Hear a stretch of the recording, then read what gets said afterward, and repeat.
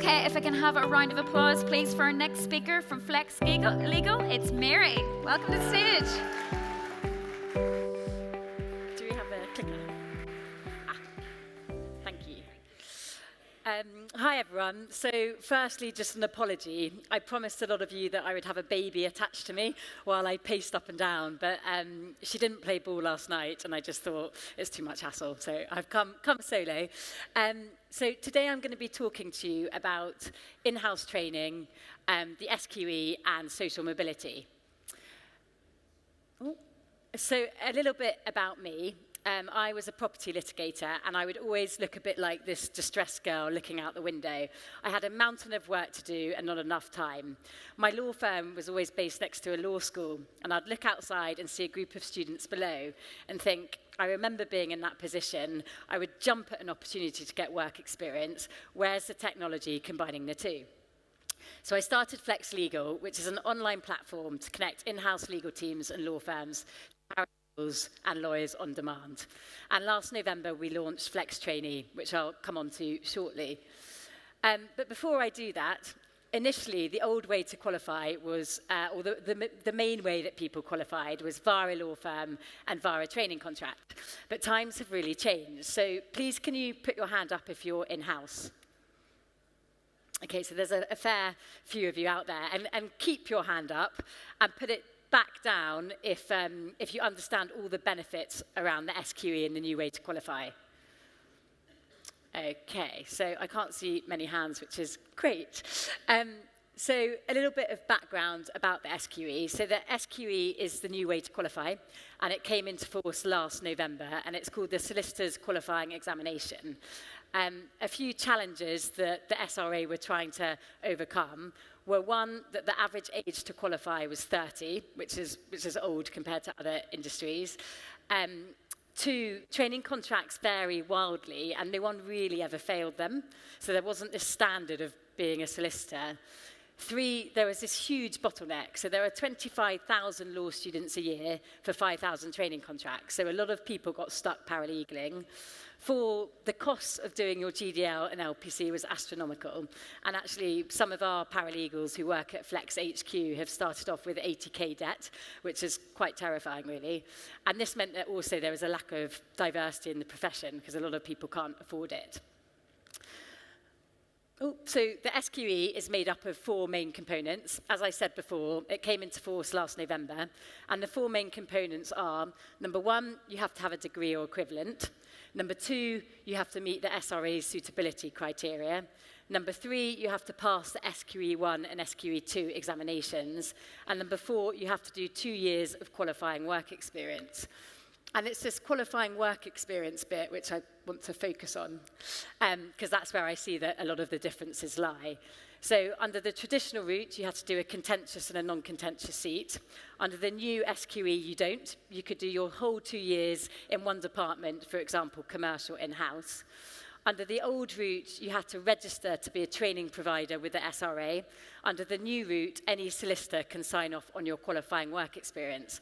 And the qualifying work experience is any work that fits within the solicitor competency statement. So this opens up the profession hugely and really allows an opportunity for people to qualify in-house or doing pro bono work, which is super exciting to try and reduce that bottleneck. So why should you care if you're in-house? Well, firstly, sorry, my clicker, it's a great opportunity to be able to build and incentivize career progression. The amount of times we've heard general counsel or in-house legal teams say it's such a shame their paralegal had to leave to go and do a training contract, all that knowledge of the business got lost. Well, that doesn't have to happen anymore. And if you spot someone who you want to keep, incentivize them to stay, support them, help them qualify via this new SQE route. Two, paralegals can earn while they learn. So the SQE is far more flexible about how you do this, and you can actually work full-time and study alongside this. With our Flex trainees, we use Barbary, who I can see in the audience, and our trainees work 4.5 days a week and then study half a day with Barbary online, which is brilliant and allows a lot of flexibility. And thirdly, it saves your organisation time and money. So The SQE route can actually be done as an apprenticeship scheme. So if you are in-house, you can use your apprenticeship levy to sponsor someone and help someone qualify via the in-house route, which is so fantastic for apprenticeships, and hopefully we'll see a lot more of them in the profession. It also means that instead of competing with some very high salaries of law firms when you're hiring your NQs, you don't have to. You can actually begin to incentivize people to come into you and train with you as well. We jumped on this and started Flex Trainee last November because we saw it as such a fantastic opportunity. So Flex Trainee is our social mobility initiative, and we recruit our trainees through the charity Strive. We then put them through a readiness program for 4 to 6 weeks, and then we place them in-house for 2 years to build up their qualifying work experience. At the end of our first year, we'll have 26 trainees out and about, which is super exciting, and we're learning a lot of lessons from this first year of being in practice. And I just wanted to share a couple with them, with you today. And some of these might seem really obvious, but I think it's very easy to forget them. So the first one is to be curious and really try and get to know and find out information about your trainee. And this is particularly important with social mobility, to be inclusive. And an example of this is one of our trainees has caring responsibilities. So they need to be in the office at 10 and leave by 4 every day. They're very happy to jump online later or earlier, but there's certain time periods in the day that they just can't do. Now, we found this out at the beginning, so luckily I've placed them into a company that supports this and it works. But I could see that being a real issue if we hadn't found out about someone's personal boundaries beforehand.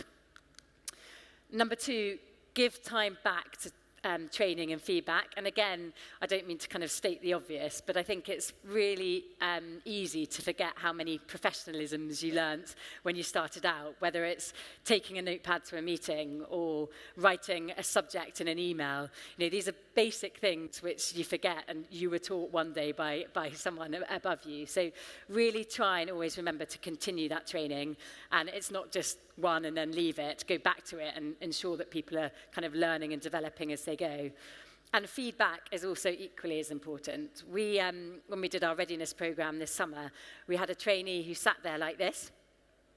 And when I asked him why he was doing that, he said, well, that's how lawyers should look. I need to look confident, and in suits, that's what they do. And I thought that was just so interesting because it's such a lesson of, you know, no one had ever told him that he doesn't need to do that, and it looked a bit overconfident and ridiculous. And actually, it was a small tweak, and he went into a meeting or meetings with us a lot more confident, and it came it worked a lot better. So please do always remember to give feedback. And thirdly, don't try and fit the SQE into an old box. The SQE is a new route to qualify, and I think it's very easy to try and fit it into the old way that we always remember. In particular, a couple of trainees asked to do a private practice stint in part of our trainee scheme, which I love, and I think private practice work experience is equally as important. But they asked to do it for 6 months, and when I quizzed them on this of why 6 months, they couldn't really answer it other than that's just the way it's always been done. And I think it's really important that we need to think about the SQE in a different way. So what value can people bring to a business? What skills are they learning? What practice areas are they interested in? Rather than just thinking about it and ticking certain boxes. Our next cohort is in April next year. Please come and have a chat if you're in-house and interested in training someone, or if you're interested in social mobility as well. We want to share our lessons and learnings, and it's great building a kind of network for our trainees to meet people as well and learn along the way from a community of in-house legal teams. So thank you so much. I've kind of rushed through that, but please do come and have a chat with us outside at our booth. Thank you.